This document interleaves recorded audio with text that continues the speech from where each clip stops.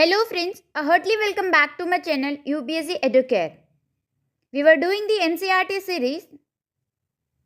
In it, we were doing class 6 civics textbook. In our previous session, we navigated through the intricacies of urban administration.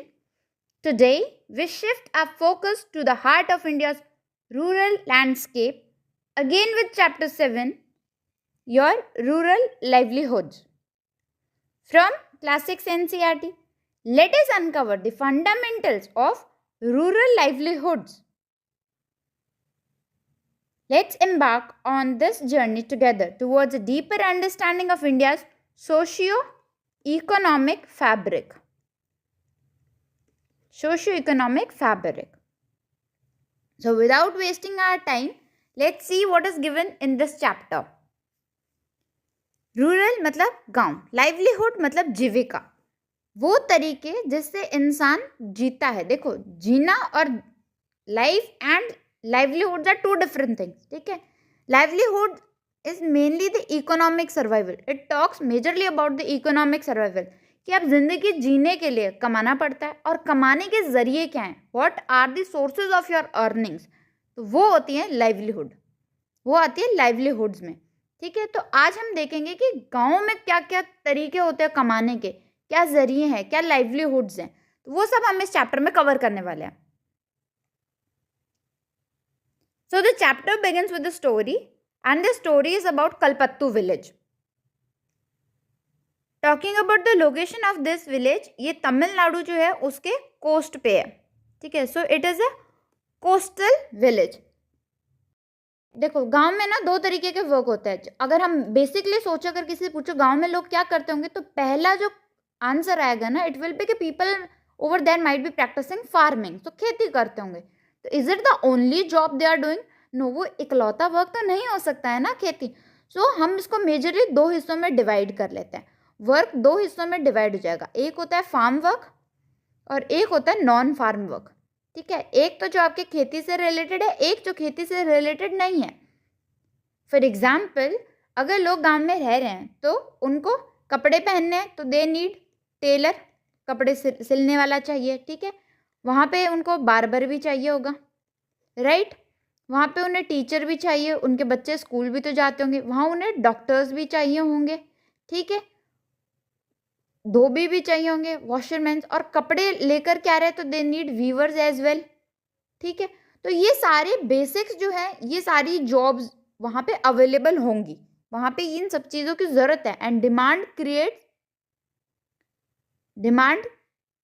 Bye the people and it results into the supplies as well. मतलब जब लोगों की मांग होगी, demand होगी, आपको चीज़ मांगोगे तो उसकी सप्लाई भी तो कहीं ना कहीं से आएगी ना. ठीक है, तो डिमांड जो है वो सप्लाई अपने आप क्रिएट कर लेता है और सप्लाई जो है वो अपने आप डिमांड क्रिएट कर लेती है. ये साइकिल है, ये चलता ही रहता है. ओके, तो हमने इसको दो हिस्सों में डिवाइड कर लिया. एक होता है फार्म वर्क, एक होता है non farm work. Non farm work में क्या क्या आ सकता है? आप मान लो बर्तन बनाने वाले, सो यूटेंसिल्स बनाने वाले, टोकरी बनाने वाले, बास्केट मेकिंग का जॉब इसमें आ जाएगा. घड़े भी बनाते हैं, सो पॉट मेकिंग आ जाएगा. ईंटों के चट्टे होते हैं ना, भट्टे लगे होते हैं, तो ब्रिक बनाने वाला. बुलक कार्ट्स वहाँ पे आप सबसे ज़्यादा देखते हो, तो बुलक कार्ट्स बनाने वाले भी लोग हैं, वो आपको वहाँ पे मिल जाएंगे.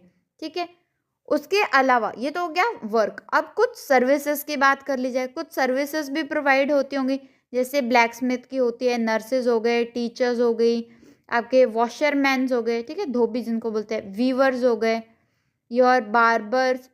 ठीक है, फिर ज़्यादातर लोग क्या है, साइकिल को यूज़ करते हैं वहाँ पे. ठीक है, तो साइकिल में टायर भी पंचर होगा, ख़राब भी होगी, चेन भी उतरेगी, ऑयल भी चाहिए होगा. तो साइकिल की रिपेयर वाली शॉप भी जो है वो आपको विलेज में मोस्टली देखने को मिल जाएंगे. तो वर्क में फार्म नॉन फार्म देख लिया और सर्विसेज देख ली. इनके साथ साथ में आपको शॉपकीपर्स तो मिल ही रहे हैं. ठीक है, शॉपकीपर्स तो हमने देख लिया कि हमें देखने को मिल रहे हैं. इनके साथ साथ में हमें ट्रेडर्स भी देखने को मिलेंगे. ठीक है, ट्रेडर्स, क्योंकि गांव में अगर खेती हो रही है तो वहां से शहर तक जो अनाज जा रहा है. ठीक है, ठीक है, एग्रीकल्चर कहाँ हो रहा है, विलेज में प्रैक्टिस हो रही है. लेकिन वहां से आपके जितने भी जिस भी चीज़ का एग्रीकल्चर किया है उन्होंने, जैसे जो भी क्रॉप्स उन्होंने ग्रो की है, वो क्रॉप्स सिटीज के मार्केट में भी तो जा रही है ना, तो how are they going? So these are the traders who carry all the raw material, all the grains etc from the villages and supply it to the city region, town region. अब वहाँ पे जो कपड़े बन रहे factory से वो गांव में लाने का काम भी किसका है? ट्रेडर्स का है। तो ट्रेडर्स जो है उनकी भी ज़रूरत पड़ती है, ठीक है। फिर उन्होंने बोला है कि एक मेन स्ट्रीट है जिसको वो लोग जो है कॉमनली मार्केट बोलते हैं, बाज़ार बोलते हैं, उसमें टी की शॉप मिल जाएगी, ग्रॉसरी नॉर्मल जो सब्जी वाली दुकान है, बार्बर की, क्लोथ, टेलर, ठीक है, 2 फर्टिलाइज़र और सीड्स की भी मिल जाएगी, फर्टिलाइज़र और सीड बीज की भी शॉप वगैरह जो है वो मिल जाएगी, ठीक है। फिर वो बोलते हैं कि जनरली जो है 4 जो उस मेन स्ट्रीट में 4 टी शॉप्स हैं, ठीक है। ये जो टी शॉप है ना, ये 2 तरीके की, ये टिफ़िन सप्लाई करता है। क्या करता है? टिफ़िन सप्लाई कर रहा है, टिफ़िन। तो मॉर्निंग का जो टिफ़िन जाता है ना उनका सुबह का, उसमें इडली जाएगा, डोसा जाएगा, ठीक है, उपमा जाएगा। जो इवनिंग में ये जो स्नैक्स देते हैं, ठीक है, उस स्नैक्स में ये वड़ई देंगे, बोंडा देंगे, ये वहाँ की फूड्स हैं, ठीक है। उसके बाद में मैसूर पाक, ये भी वहाँ पे वो देते हैं। ये इवनिंग का है और ये मॉर्निंग का है। तो ये सारा जो टिफ़िन वाला सिस्टम है वो भी चल रहा है। फिर वो बोलते हैं कि इसी टी शॉप के पास कॉर्नर में ना एक ब्लैक स्मिथ का घर है, ठीक है। और ये जो ब्लैक स्मिथ है ना, इसने जो अपनी वर्कशॉप है वो अपने घर में ही चालू कर रखी है, अपने घर में ही वर्कशॉप बना रखी है। होता है ना, बहुत सारे आप लोगों को ऐसे सोनी देखने को मिलेंगे, ठीक है, गोल्ड स्मिथ आपको देखने को मिलता है, बहुत सारे ऐसे कपड़े की दुकानें आपको मिल जाएगी जो लोग अपने घर में ना पीछे कहीं पे दुकान लगा के बैठे। स्पेशली आपको पार्लर देखने को मिल जाएंगे ऐसे, ठीक है, बार्बर की शॉप देखने को मिल जाएगी ऐसे। तो वैसे ही इन्होंने भी जो है, ब्लैक स्मिथ ने भी अपने घर में ही जो है अपना वर्कशॉप बना रखा है। इस ब्लैक स्मिथ के जस्ट नेक्स्ट में ना साइकिल वाले का है, साइकिल रिपेयरिंग वाली शॉप है, वो रहता है। तो ये सारा उन्होंने मार्केट का ऐसे मतलब एक्सप्लेन किया है। फिर बोलते हैं कि आगे 2 घर ऐसे भी है, 2 फैमिलीज ऐसी है जो कपड़े धोती है, धोबी है वो बेसिकली, ठीक है, who are washing the clothes for their living. ये सारा काम वो सारा देख रहे हैं। उसके बाद में कुछ लोग जो है वो नियर बाय विलेजेस में जाते हैं, नियर बाय टाउन्स में माइग्रेट करके चले जाते हैं। वहाँ पे वो क्या करते हैं, या तो कंस्ट्रक्शन वर्क में लेबर फोर्स की तरह काम करेंगे या फिर लॉरी ड्राइवर्स की तरह, ठीक है, ट्रक वगैरह चलाने का जो है वो काम बेसिकली करते हैं। तो जो लोग माइग्रेट होके चले जाएंगे ना विलेज से टाउन में, वो ये काम बेसिकली जा करके करते हैं। अब अगर इस कल्पत्तू विलेज की अगर हम ज्योग्राफी की बात करें तो हम देखते हैं कि बहुत ही लो लाइंग हिल्स है जिनसे ये सराउंडेड है। इसके साइड्स में क्या है, छोटी छोटी हिल्स हैं। हिल्स कंपैरेटिवली छोटी होती है, माउंटेन्स बहुत बड़े होते हैं, उनका पीक ज़्यादा होता है, हिल्स छोटे होते हैं। अब मेन क्रॉप की अगर बात की जाए, क्रॉप कौन सी उगाते हैं, तो वो पैडी जो है वो मेनली वही ग्रो करते हैं। ज़्यादातर फैमिलीज जो है, most families they are practising what, agriculture, वो एग्रीकल्चर अपने प्रैक्टिस कर रहे हैं। कुछ कोकोनट ग्रोव्स भी आपको देखने को मिल जाएगी, और साथ साथ में आप ये भी देखोगे कहीं कहीं पे कॉटन, शुगर केन, ठीक है, और प्लेंटेन। देखो प्लेंटेन है ना बनाना के जैसा होता है, सिमिलर टू बनाना। उसके बाद में आपको मैंगो देखने को मिल जाएगा और ऑर्किड्स देखने को मिल जाएंगे। ये सारे भी जो है ना यहाँ पे ग्रो किया जाता है। ऐसा नहीं है सिर्फ पैडी है, पैडी मेन क्रॉप है, इसके साइड बाय साइड ये क्रॉप भी जो है वो ग्रो करने को कल्पत्तू विलेज में हमें देखने को मिलती है। तो ये बेसिक हमने बात कर ली। अब हम देखते हैं कि वहाँ की सोसाइटी कैसी है, क्योंकि जैसी सोसाइटी होगी वैसी उनकी डिमांड्स होंगी और वैसी उनकी सप्लाईज होंगी और वैसा ही वहाँ का मार्केट्स और लाइवलीहुड होगा, ठीक है। तो अब आगे बढ़ते हैं। फिर इसमें ना 2 लोगों की स्टोरी दी है, एक तुलसी है और एक शेखर है।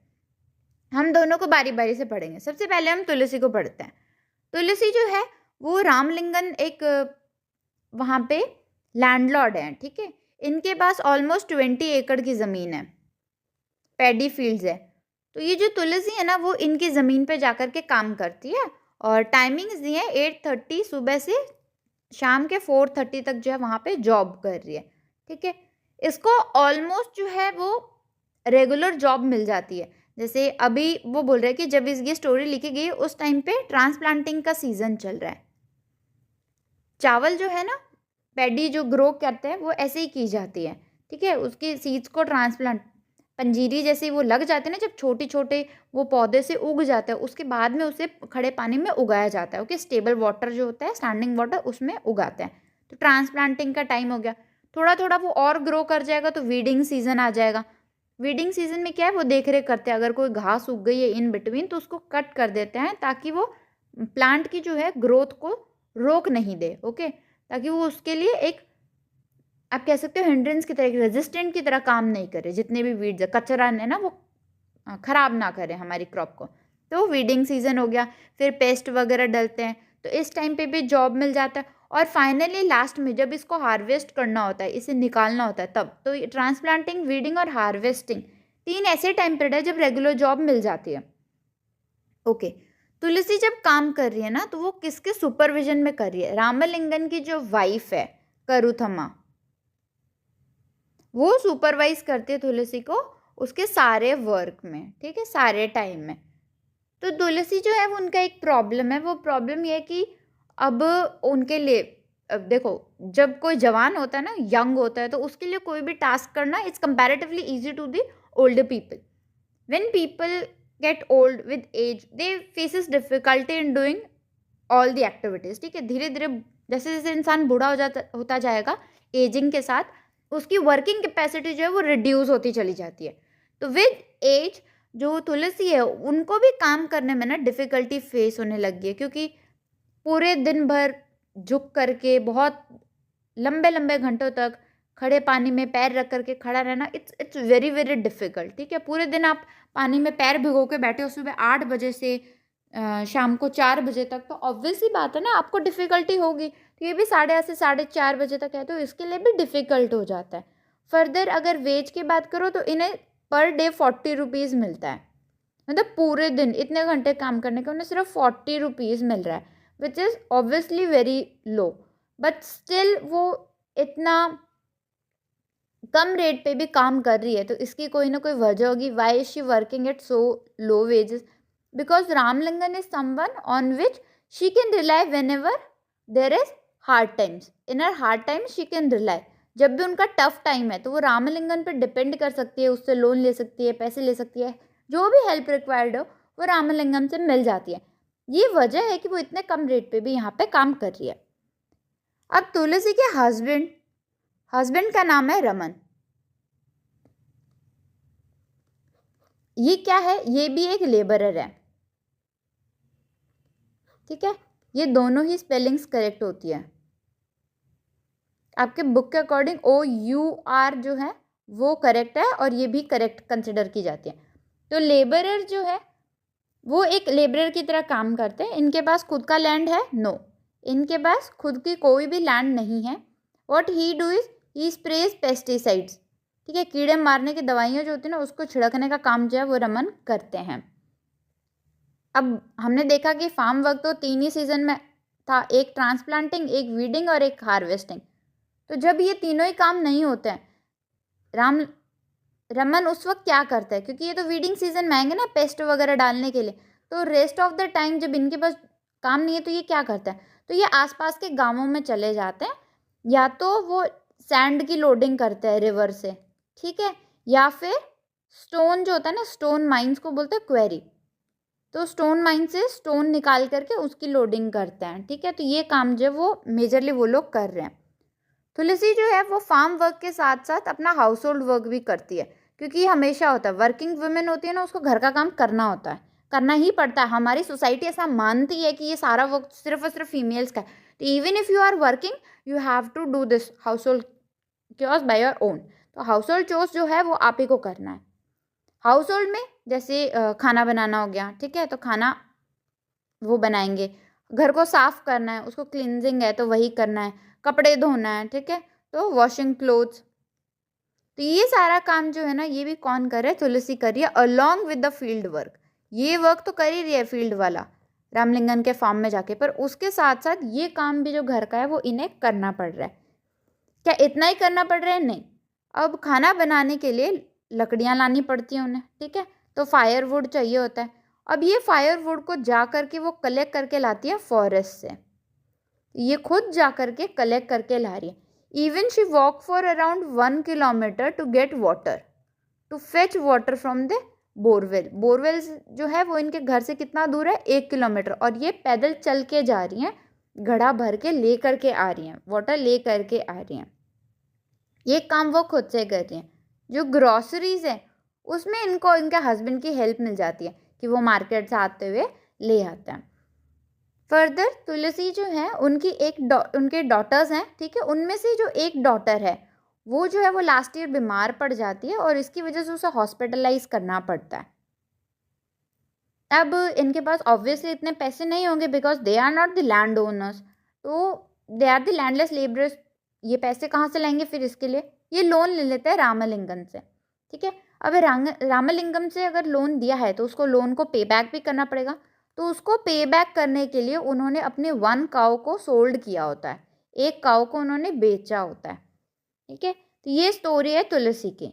एक डेटा है और वो डेटा ये है कि 2/5 जो हमारी रूरल फैमिलीज है हमारी कंट्री की, वो एग्रीकल्चरल लेबरर्स ही है। गांव में जो रह रहे हैं ना वो एग्रीकल्चरल लेबरर्स की तरह ही काम कर रहे हैं हमारी कंट्री में। तो ये एक बेसिक डाटा दिया हुआ था। तो ये स्टोरी है कि कैसे लोगों की लाइफ वहाँ पे हार्ड है, जिनकी खुद की कोई लैंड नहीं है, वो दूसरों की ज़मीन पे काम कर रहे हैं। ऑफ सीजन में उन्हें दूसरी जगह जा करके और काम ढूंढना पड़ता है।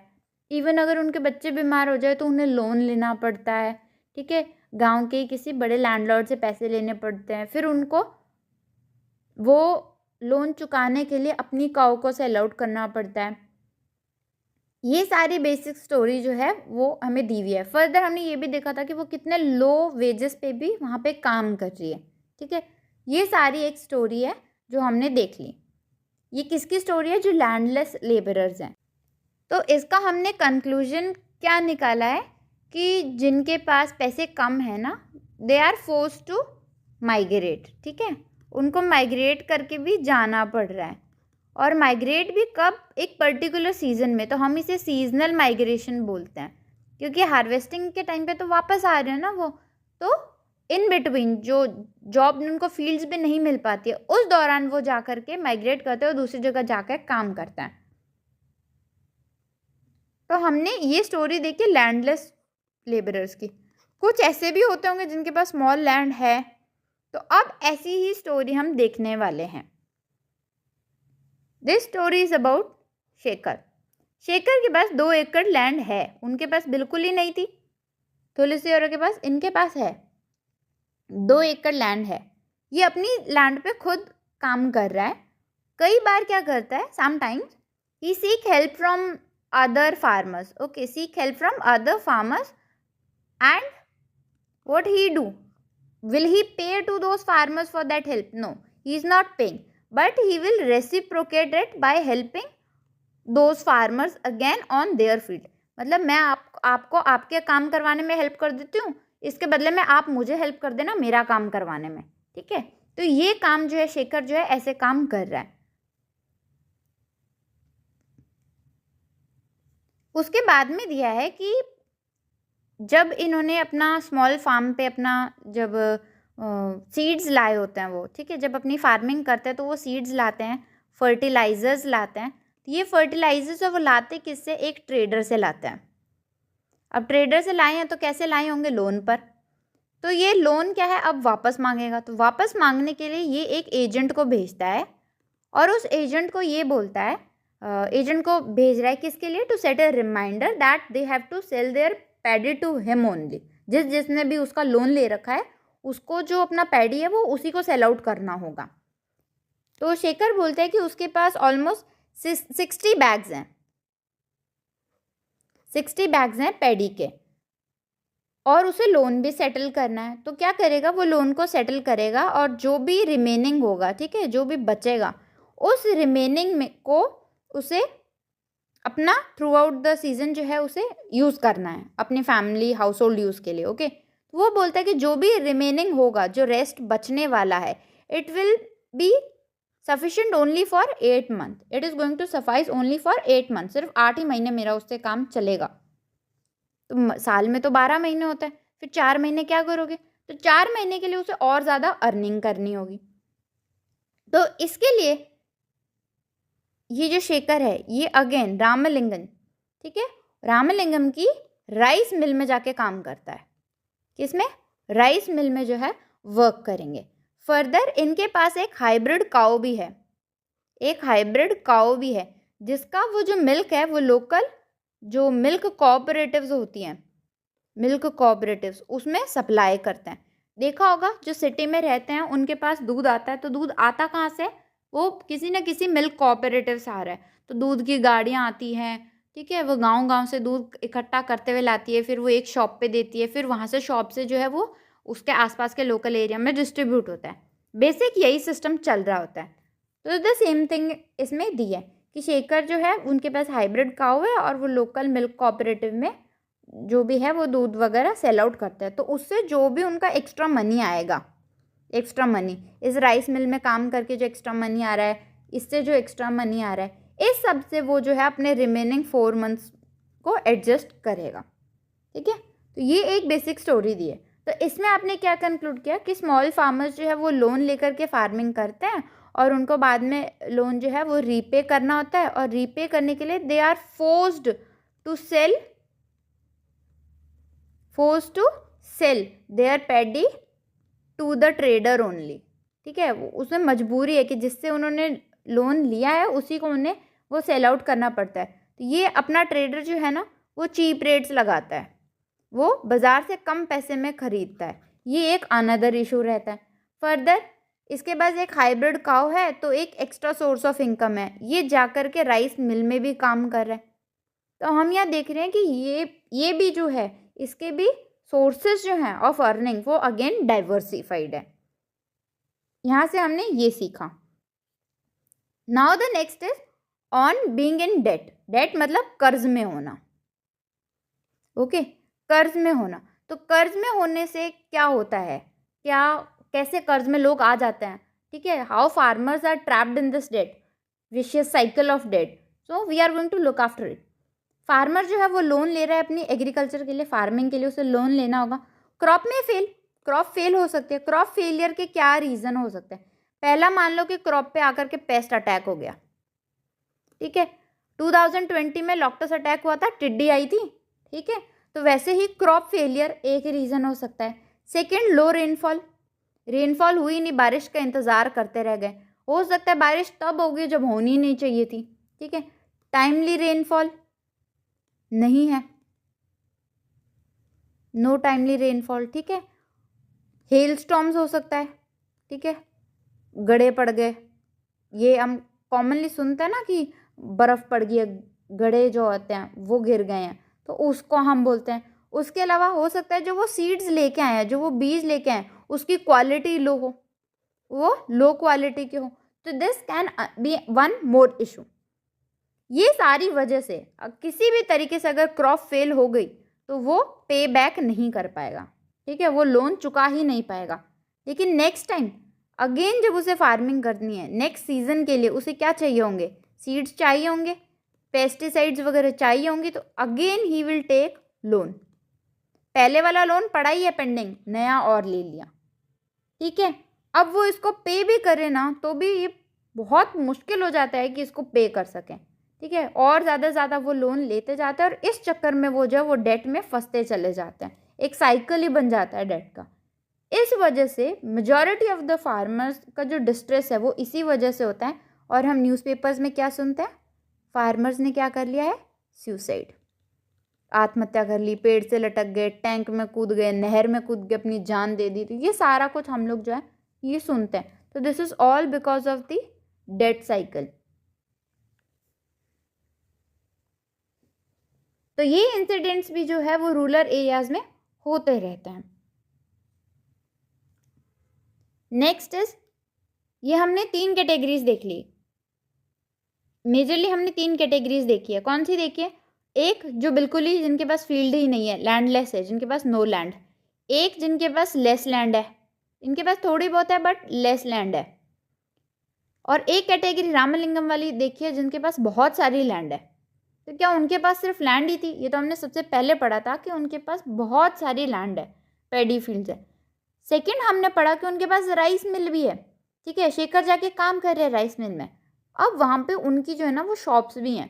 शॉप्स किस चीज़ के लिए, किस चीज़ की है, सीड्स वगैरह सप्लाई कर रही है, पेस्टिसाइड्स वगैरह दे रहे, तो आप बेसिकली बोल सकते हो कि एग्रीकल्चर सप्लाईज़ की जो है उनकी शॉप्स वगैरह भी है। इन्होंने राइस मिल ओपन की थी ना, तो इन्होंने कुछ मनी खुद से इन्वेस्ट किया था, ठीक है, कुछ पैसा उनका क्या है, खुद का था, कुछ मनी उन्होंने लोन ले लिया था गवर्नमेंट बैंक से, और इन्होंने राइस मिल जो है इस्टेब्लिश कर ली। तो अभी क्या होता है, आसपास के गांव से वो पैडी इकट्ठा करते हैं, ठीक है, वो इस राइस मिल में लेकर के आते हैं, यहाँ पे उसकी प्रोसेसिंग होती है, ठीक है, यहाँ पे प्रोसेसिंग होती है, और प्रोसेसिंग होने के बाद में इसको क्या है, ट्रेडर्स को सेल आउट कर देता है। फिर ट्रेडर्स जा कर के टाउन्स में, सिटीज़ में जो है इसको डिस्ट्रीब्यूट करता है। तो इस सब से हमें एक चीज़ पता चली, उसके जो सोर्सेज ऑफ इनकम है वो बहुत ज़्यादा डाइवर्सिफाइड है, डाइवर्स सोर्सेज है, वो एक ही चीज़ सिर्फ फील्ड पे डिपेंडेंट नहीं है, उसकी शॉप्स भी है, राइस मिल भी है, तो उसके कमाने का एक ही जरिया नहीं है, उसके सोर्सेज बहुत अलग अलग हैं, ठीक है। तो एक हमने ये तीसरी कैटेगरी देखी है जो बहुत ज़्यादा फिनेंशियली स्टेबल है, ठीक है, फिनेंशियली स्टेबल है, जिनके रिसोर्सेज जो है, जिनके सोर्सेज जो इनकम के वो डाइवर्सिफाइड है। ये हमने 3 कैटेगरी देख ली। अब बात करते हैं एग्रीकल्चर लेबरर्स और फार्मर्स इंडिया में जो है। कल बत्तों में हमने 3 कैटेगरी देखी, एग्रीकल्चर लेबरर्स की, स्मॉल फार्मर्स और बिग फार्मर्स की, ठीक है। इसका एग्जाम्पल तुलसी का देखा था हमने, इसमें हमने शेखर का एग्जाम्पल देखा है, इसमें रामलिंगम का देखा है, और उनकी वाइफ करुथमा का देखा है।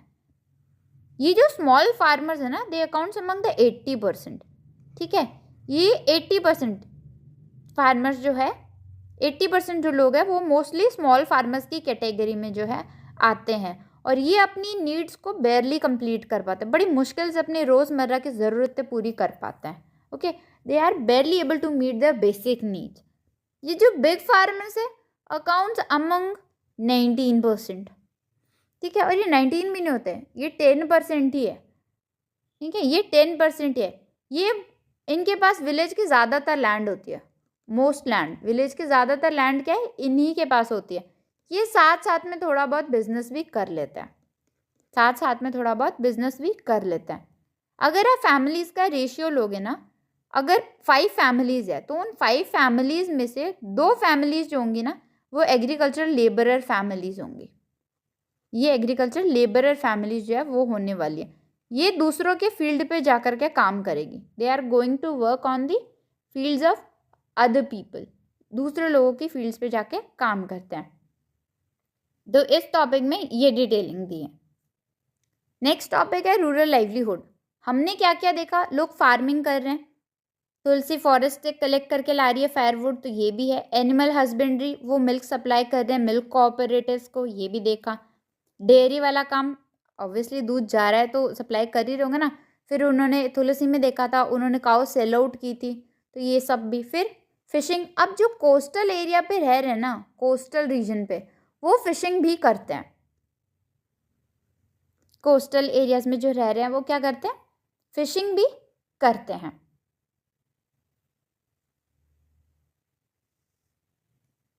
जैसे सेंट्रल इंडिया की अगर बात करोगे आप, ठीक है, सेंट्रल इंडिया में क्या है, फार्मिंग भी होती है और फॉरेस्ट कलेक्शन भी होता है। फॉरेस्ट कलेक्शन में बेसिकली महुआ और जो तेंदू लीव्स हैं, ठीक है, ये जो तेंदू लीव्स होते हैं ना, ये जो बीड़ी पीते हैं ना लोग, वो बीड़ी बनाने के काम आती है। तो ये सारा वो जो कलेक्ट करते हैं और उसको सेल आउट करके उनका जो भी प्रॉफिट होता है वो उनका लाइवलीहुड है। इसी तरीके से कुछ लोग जो है वो मिल्क बेचते हैं मिल्क कोऑपरेटिव्स को। जो कोस्टल एरिया में कुछ लोग रह रहे हैं वो क्या करते हैं, फिशिंग करते हैं। अभी तक हमने ना सब कुछ देखा है, लेकिन कोस्टल एरिया में फिशिंग जो कर रहे हैं उनकी लाइवलीहुड कैसी है, उनकी कंडीशंस कैसी, ये हमने नहीं देखा। हमने लैंडलेस लेबरर्स का देख लिया, जिनके पास थोड़ी लैंड है उन्हें देख लिया, रामालिंगम जैसे बड़े लैंड ओनर्स जो है उनका देख लिया, लेकिन फिशर्समैन्स का नहीं देखा है। हमने कोऑपरेटिव वाले फॉरेस्ट कलेक्शन देखा है, तुलसी का देखा है, ठीक है, मिल्क कोऑपरेटिव्स हमने देखा है, शेखर का देखा है, फिशिंग वाला नहीं देखा है। तो अभी हम इस टॉपिक को पढ़ते हैं। तो टॉपिक है अरुणा परिवेलम। कल्पत्तू विलेज जो है उसी के पास में एक और विलेज है जिसका नाम है Pudupatti. It is a village in nearby area of Kalpattu. Okay, people over here they are living on fishing. उनकी लाइवलीहुड क्या है? फिशिंग है. ठीक है, तो जो कैटमैरान जो होती हैं दे रिटर्न्स इन मॉर्निंग. वो मॉर्निंग में ही वापस आती है. मतलब जो फिशिंग करने के लिए जो बोट्स वगैरह जाती हैं वो सारी कब? मॉर्निंग में ही वापस आती हैं. तो अरुणा जो है, इनके हस्बैंड, इनके ब्रदर और इनके ब्रदर इन लॉ जो है, ये तीनों एक साथ जाते हैं. ओके, ये एक साथ जाते हैं रात में मिडनाइट में अराउंड 2 AM के आसपास जो है ये चले जाता है. लैंड ब्रीजर्स के साथ जाते हैं और सुबह सी ब्रीजर्स के साथ वापस आता है. ये इफ ऑफ लेट जो कॉन्सेप्ट है वो यही रहा है. तो 2 AM के अराउंड वो जाते हैं और फिर वो वापस आ जाते हैं. तो जब वापस आते हैं तो आज ये थोड़ा सा लेट आता है. Okay, they are bit late. Then जब पूछा जाता है कि ऐसा क्यों होता है कि why they are late, so because of a storm. They got stuck in storm though they arrived safely. वापस जो है वो रिटर्न सेफली हो गए हैं लेकिन वो स्टॉर्म में फंस गए थे. अब अरुणा क्या करती है? She is the one going to auction the fishes. और ये दोपहर तक जो है ना, दोपहर तक फिशेस को ही उनका ही ऑक्शन करती है.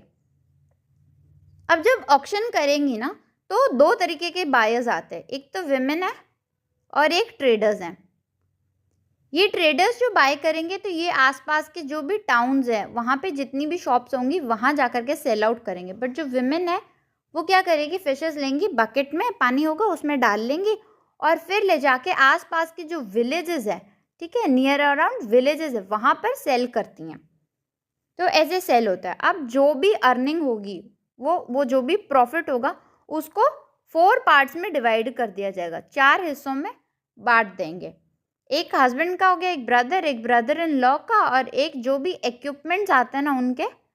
ठीक है, क्योंकि नेट फिशिंग नेट वगैरह चाहिए, बोट वगैरह चाहिए, तो जितना भी इक्विपमेंट्स है उस सब के लिए कर देते हैं. क्योंकि बोट का जो भी सामान है ये खुद ओन करते हैं तो ये हिस्सा भी जो है वो इसके हस्बैंड के हिस्से में ही आ जाता है.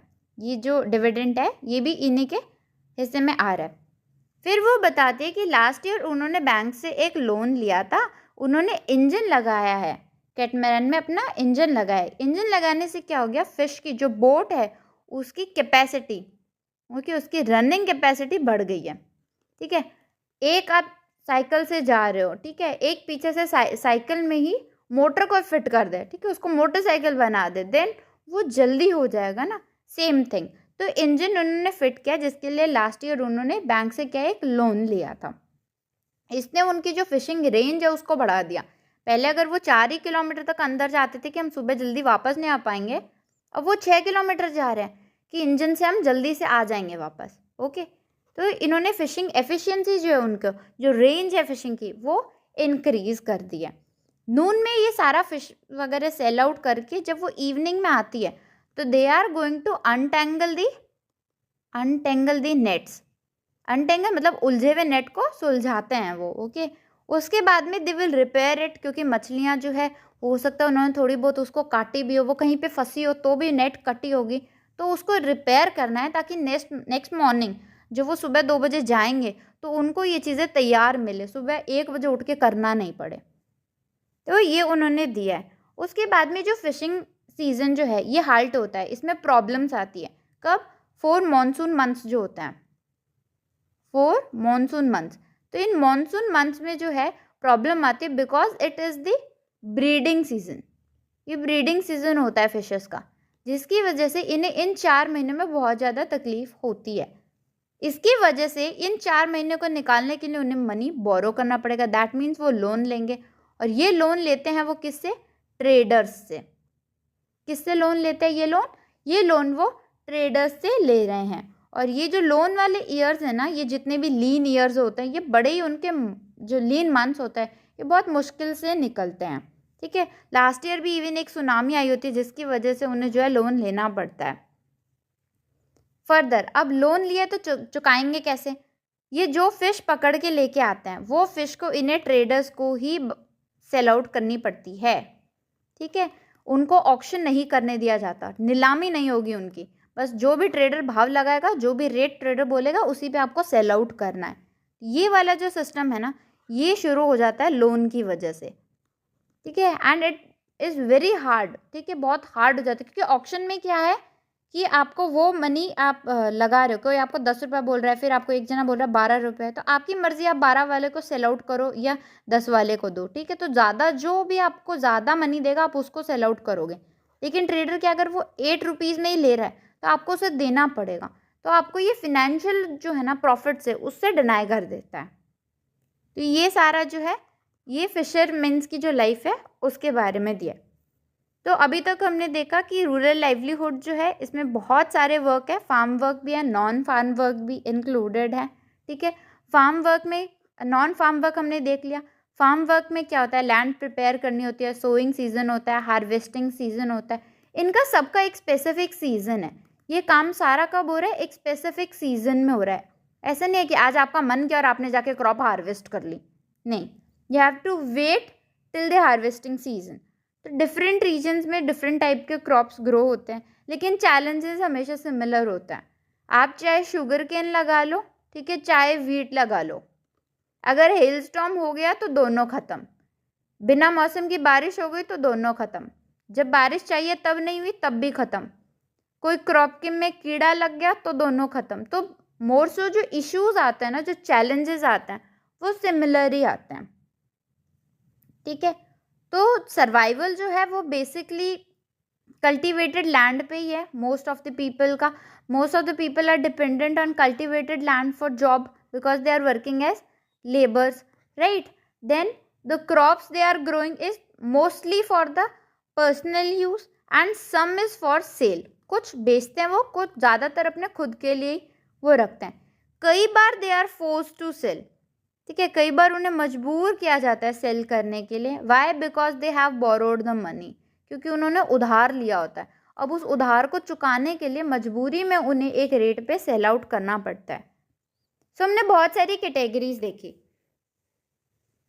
कैटेगरीज में हमने ये देखा कि some people they are thriving on large land holdings, ठीक है, they are having large land holdings.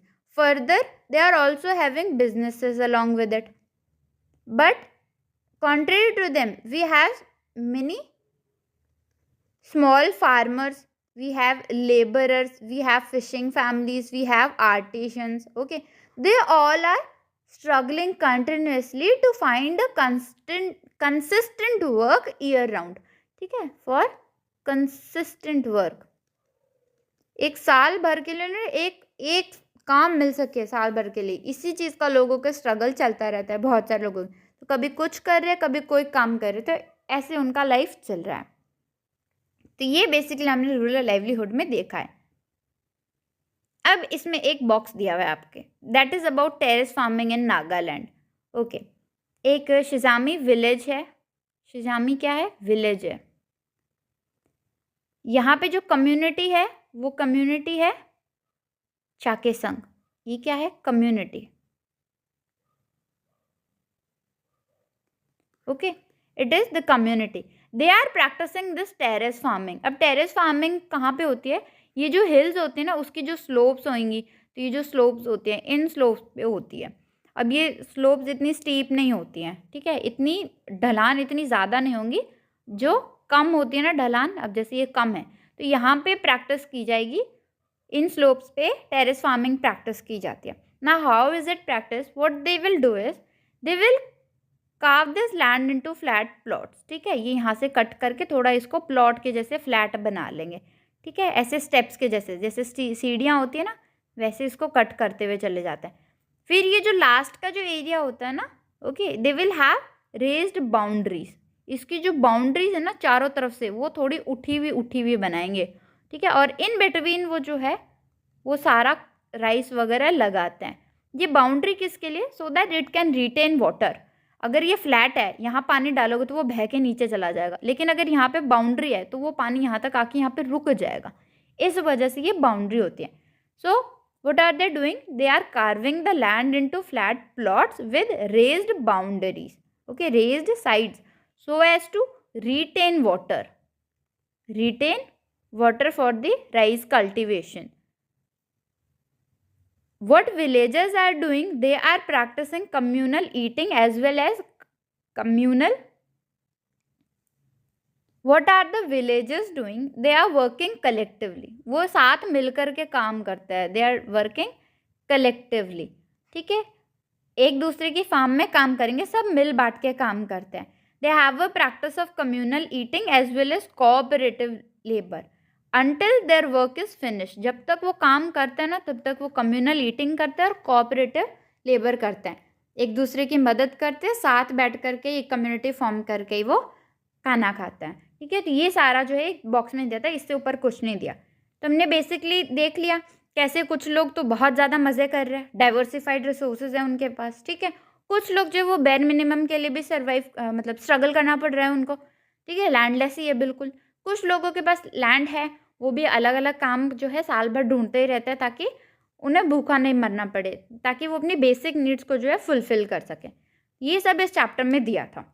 So with this our chapter ends. ठीक है, आप मुझे यूपीएससी एडुकेयर का जो टेलीग्राम चैनल है 0918 लगा के देखना, यूज़र नेम है, मिल जाएगा. यहाँ से आप ये PDF ले सकते हो. कोई डाउट आप मुझसे कमेंट में पूछ सकते हो, इवन वहाँ ग्रुप में पूछ सकते हो, मेल प्रोवाइडेड है, वहाँ भी पूछ सकते हो. ठीक है, अब एक बार इस चैप्टर को वापस से रीडिंग दे दीजिएगा. एक पहले देनी होती है और एक अब दे दीजिएगा. ईज आउट हो जाता है लॉन्ग टर्म मेमोराइजेशन के लिए. ठीक है, रटो मत, बस चीज़ें समझते चले जाओ. बेसिक सी चीज़ें जो हम सब ने अपनी लाइफ में इधर उधर देखी होती है, बस हम उसको कनेक्ट नहीं करते, हम उसके बारे में सोचते नहीं हैं. प्रॉब्लम बस इतनी सी है. अगर हम उसको नोटिस करना शुरू कर दें तो ये चीज़ें बहुत ज़्यादा ईजी है. ठीक है, तो आई होप आप सब ने इन्जॉय किया होगा लेक्चर को. So with this we are remaining with just one more chapter.